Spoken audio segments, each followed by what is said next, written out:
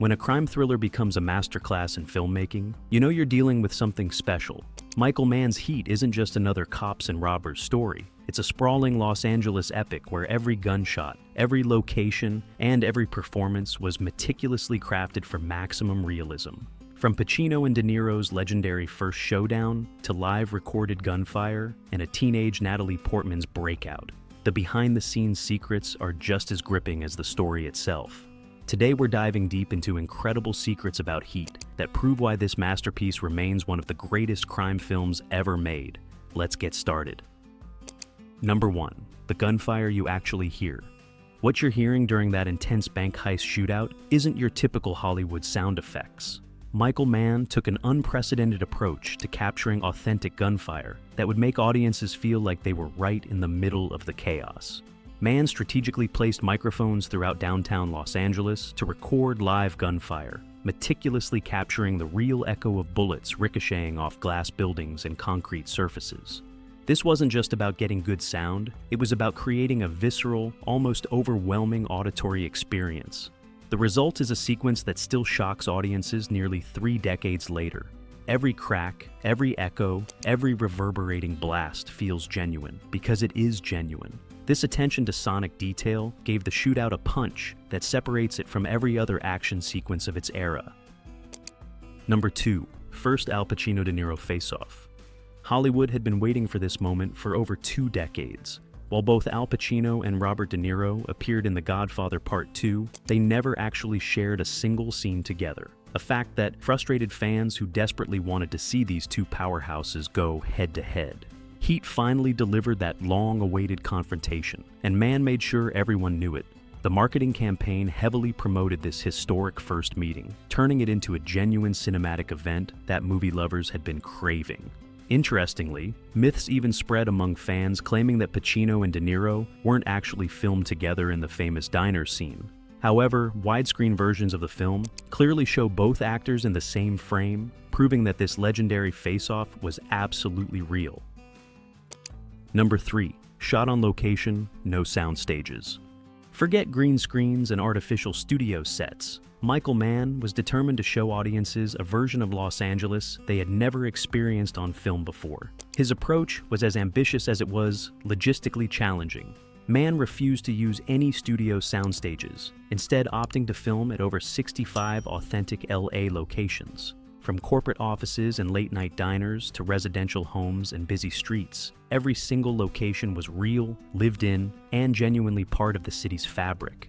This decision added incredible texture and authenticity to the film, making viewers feel like they were experiencing the real Los Angeles rather than a Hollywood version of it.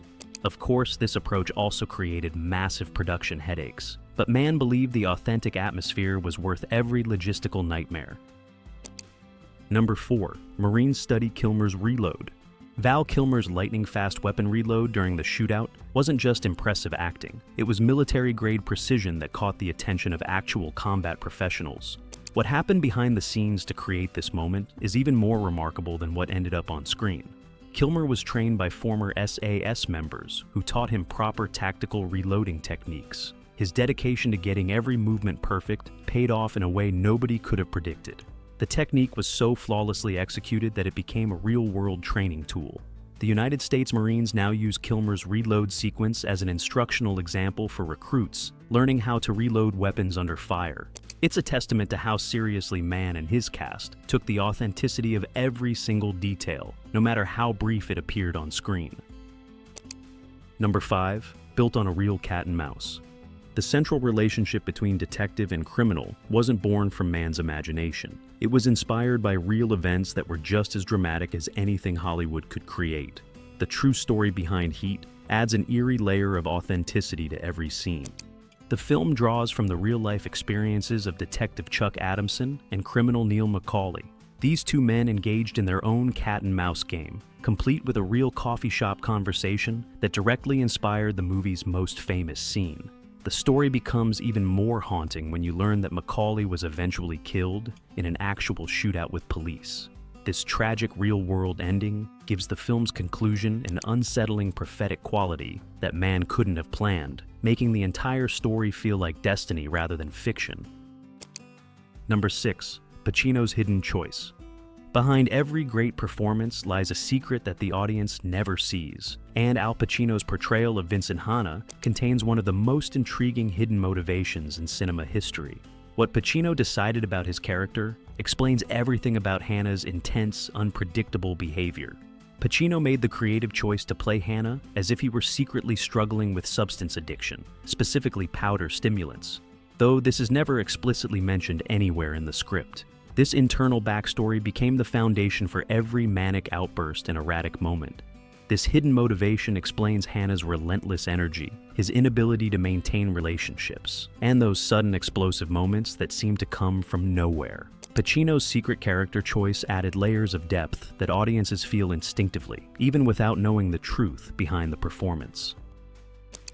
Number 7. The diner, no rehearsals allowed. Sometimes the most authentic moments come from throwing out the playbook entirely. The film's most iconic scene, that legendary diner conversation between two master criminals, was created using an approach that most directors would never dare attempt. Robert De Niro suggested that he and Pacino deliberately avoid rehearsing their pivotal diner confrontation. His reasoning was simple. If they wanted the encounter to feel like a real meeting between two men who had been hunting each other, it needed to have genuine spontaneity. Mann agreed to this risky approach and filmed the entire sequence with two cameras rolling simultaneously. The result feels like witnessing an actual conversation between two destined adversaries, rather than watching actors recite memorized lines. Every pause, every glance, every moment of tension carries authentic weight. Number 8. Natalie Portman's early break. Long before she became a household name, a 14-year-old actress delivered one of the film's most emotionally devastating performances in what was only her second major role.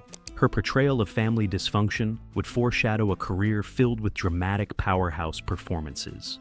Natalie Portman had just completed Léon the Professional when Mann cast her as Hannah's troubled stepdaughter. Despite her young age, Mann trusted her with a pivotal subplot that explores the destructive impact of obsessive law enforcement on family relationships.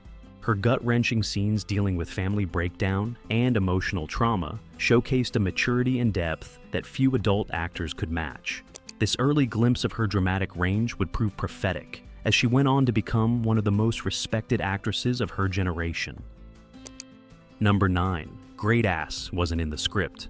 Some of cinema's most memorable moments happen when actors throw caution to the wind and follow their instincts.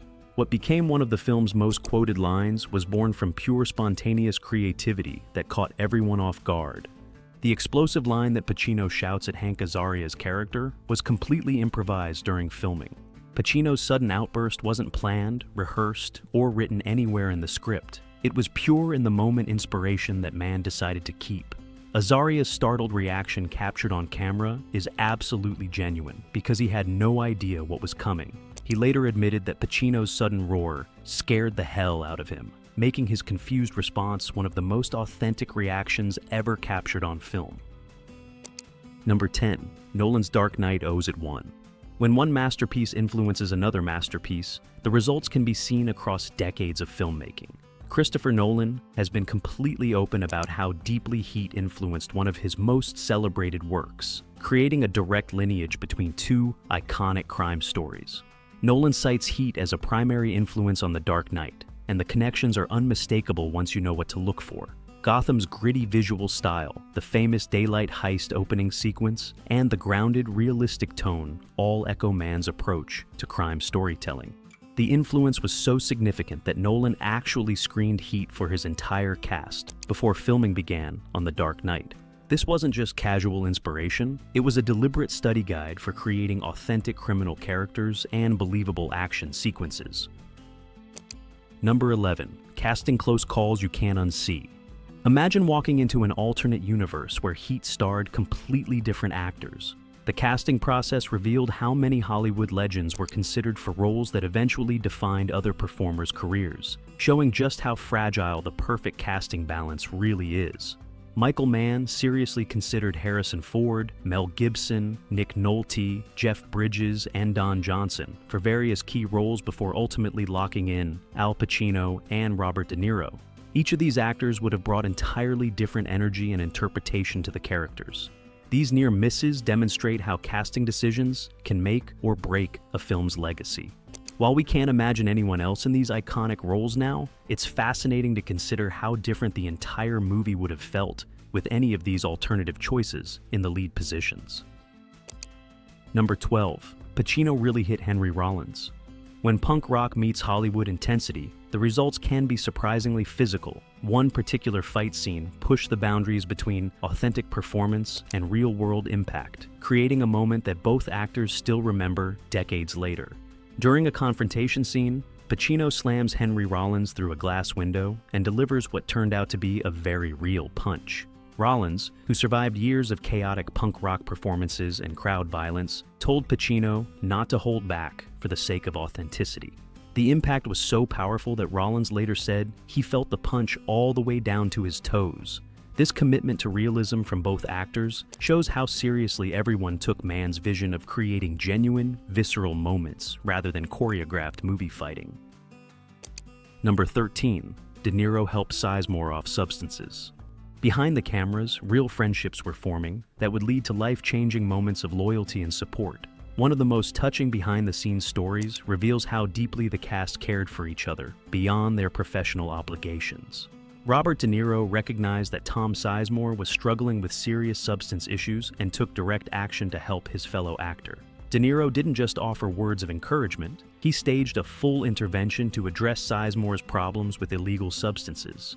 De Niro personally flew Sizemore to a rehabilitation facility using his private jet, demonstrating the kind of genuine care that rarely gets publicized. This act of friendship provides a rare glimpse of loyalty and compassion behind the scenes of a film dealing with such dark subject matter. Number 14. The painting that became a shot. Great directors find inspiration in unexpected places, and Michael Mann often looked beyond cinema to create his most memorable visual moments. One of the film's most contemplative scenes draws directly from fine art, adding layers of meaning that most viewers never recognize. Neil's quiet moment by the window, staring out at the ocean with a weapon resting on the table, deliberately mirrors Alex Colville's painting, titled Pacific. This wasn't coincidental. Mann frequently used classical artwork as visual inspiration for key scenes throughout the film. This artistic reference adds deeper symbolism to Neil's character arc, suggesting themes of isolation, contemplation, and the weight of violent choices. Mann's ability to weave fine art into crime storytelling demonstrates the sophisticated visual language that elevates Heat above typical genre films. Number 15. Weekend-only mayhem. Creating authentic urban warfare comes with serious logistical challenges that most productions never have to face. The famous shootout sequence required such elaborate coordination with city officials that filming became a carefully orchestrated weekend-only operation. The gunfight was so disruptive to downtown Los Angeles that city officials would only permit filming on weekends when business activity was minimal. This restriction meant the sequence had to be stretched across multiple weeks of weekend shooting, creating enormous continuity challenges. Each take required up to 1,000 blank cartridges, and the coordination involved hundreds of crew members, police cooperation, and street closures. This logistical nightmare actually enhanced the scene's chaotic realism, as the real-world complexity of filming mirrored the overwhelming nature of the fictional street battle. Number 16. Nate was based on Eddie Bunker. When creating authentic criminal characters, smart filmmakers consult people who actually lived that life. Jon Voight's mysterious fixer character wasn't born from imagination alone. He was inspired by a real person whose criminal background gave the role genuine authenticity. The character of Nate draws directly from Edward Bunker, a former convict turned author who had first-hand experience with the criminal underworld. Bunker wasn't just a consultant, he was also an actor who appeared in Quentin Tarantino's Reservoir Dogs, bringing real credibility to crime films. Mann tapped into Bunker's extensive criminal insights to ground Nate's character in realistic details and authentic behavior patterns. This connection to real criminal experience helps explain why Voight's performance feels so genuinely rooted in the shadowy world of professional crime rather than Hollywood fantasy. Number 17. Neil's gray suits.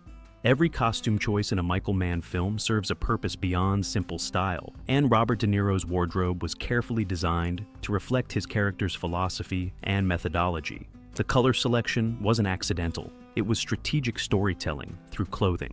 Mann deliberately dressed De Niro in gray suits throughout the film, choosing colors that would allow Neil to disappear seamlessly into crowds and urban environments. This wasn't just about looking good, it was about embodying the character's core survival strategy. The subtle wardrobe choice reinforced Neil's fundamental code of blending in and staying invisible. Every gray tone was selected to help him become forgettable in public spaces, reflecting his professional discipline and methodical approach to avoiding detection by law enforcement. Number 18. Mann disowned the TV version. When artistic vision meets network television editing, the results can be so devastating that directors take extraordinary measures to protect their reputation. What happened to Heat on broadcast television became one of the most dramatic director disownments in Hollywood history. NBC heavily edited the film for its television broadcast, cutting a massive 40 minutes from the original runtime. These weren't minor trims, they were substantial cuts that fundamentally altered the pacing, character development, and overall narrative structure that Mann had carefully crafted. Mann was so furious with the butchered version that he demanded his name be completely removed from the credits. The network was forced to replace his name with Alan Smithee, the infamous Hollywood pseudonym used when directors refused to be associated with the final product. Number 19. Moby replaced the ending score. Even the most carefully planned films sometimes find their perfect moments through last-minute creative decisions. The haunting final sequence that gives Neil's death scene its ethereal, timeless quality almost sounded completely different from what audiences ultimately experienced. Composer Elliot Goldenthal had written and recorded a complete orchestral score for the film's finale, but Mann made a bold decision during post-production. He replaced the traditional score with Moby's ambient track, God Moving Over the Face of the Waters, creating an entirely different emotional atmosphere. This musical substitution transformed the ending from a conventional dramatic climax into something more contemplative and spiritual. The electronic soundscape gave Neil's final moments an otherworldly quality that perfectly matched the character's philosophical approach to life and death. Number 20. Hidden nod to Mann's daughters. Directors often hide personal touches in their films, but Michael Mann found a particularly clever way to include a tribute to his family without disrupting the story. Eagle-eyed viewers might notice a seemingly random detail that carries deep personal significance. During the armored truck heist sequence, careful observers can spot that the tow truck prominently displays the letters RAJ on its side. This isn't random set decoration, it's actually an acronym formed from the initials of Mann's 4 daughters. This hidden family reference shows how directors can weave personal meaning into even the most action-packed sequences. The fact that this tribute appears during a high-stakes criminal operation makes it even more touching, as Mann found a way to honor his family within his professional masterpiece. Number 21. Val too talented for masks irony. Sometimes the universe has a sense of humor about actors and their career choices. Val Kilmer experienced one of those perfectly timed cosmic jokes that highlighted the unpredictable nature of Hollywood roles and the irony of turning down certain opportunities. Between takes during filming, Kilmer joked with the crew that he was too talented to act behind a mask, referencing his decision to turn down the role of Batman in what would become a major franchise. It was typical actor banter about maintaining visibility and showcasing facial expressions for maximum dramatic impact. Right at that moment, a production assistant walked over and handed Kilmer his ski mask for the upcoming bank robbery scene. The timing was so perfect that everyone on set burst into laughter, creating a cosmic joke at Kilmer's expense that he took with good humor and professional grace. The irony wasn't lost on anyone present. Number 22. The 30-second rule. Dedicated fans often analyze their favorite films with scientific precision, and Heat enthusiasts took Neil's famous philosophy and put it to the ultimate test. What they discovered shows just how seriously Mann took even the smallest character details and philosophical consistency. Neil's fundamental survival mantra states that he never gets attached to anything he can't walk away from in 30 seconds flat. Fans actually timed his final decision sequence to see if Mann stayed true to this crucial character trait during the climactic moments when everything was on the line. The results are remarkable. Neil takes exactly 12 seconds to assess the situation and precisely 30 seconds to make his choice to walk away. Mann's attention to this detail proves that every aspect of Neil's character was carefully considered, right down to the exact timing of his decision-making process. No detail was too small for authenticity. Number 23, Mann nearly ended both lives. Creative processes often involve exploring darker alternatives before finding the right emotional conclusion. An early draft of Heat contained a dramatically different ending that would have fundamentally changed how audiences remember both main characters and their legendary confrontation. Mann's initial screenplay concept had both Hannah and Neil fatally shooting each other during their final confrontation, creating a mutually destructive climax where neither character survives their obsessive pursuit. This version would have emphasized the equally destructive nature of their opposing lifestyles and the futility of their eternal chase. However, Mann ultimately decided that their story needed a more poetic and unequal resolution. He believed the final version better captured the tragic inevitability of their conflict while maintaining the philosophical differences that drove their entire relationship throughout the film. The asymmetrical ending proved more emotionally powerful. Number 24. The body count tells a story.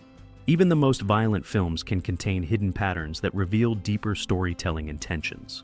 A careful analysis of casualties throughout Heat reveals that Mann structured the deaths to mirror the fundamental differences between his two main characters and their leadership styles. Heat contains exactly 21 deaths, but they're distributed in a way that reflects each leader's fate. Detective Hannah loses only his second-in-command during the conflict, while criminal Neil loses virtually his entire crew, except for his closest associate, creating a stark contrast in survival rates. These mirrored outcomes highlight how both men lead doomed crews, but their different approaches to loyalty and leadership result in dramatically different survival rates.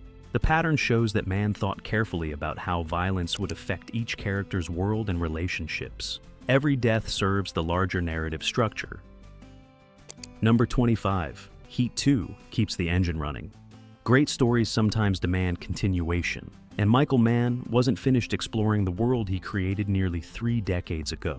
His recent literary project proves that the Heat universe still burns brightly in his creative imagination and continues to evolve.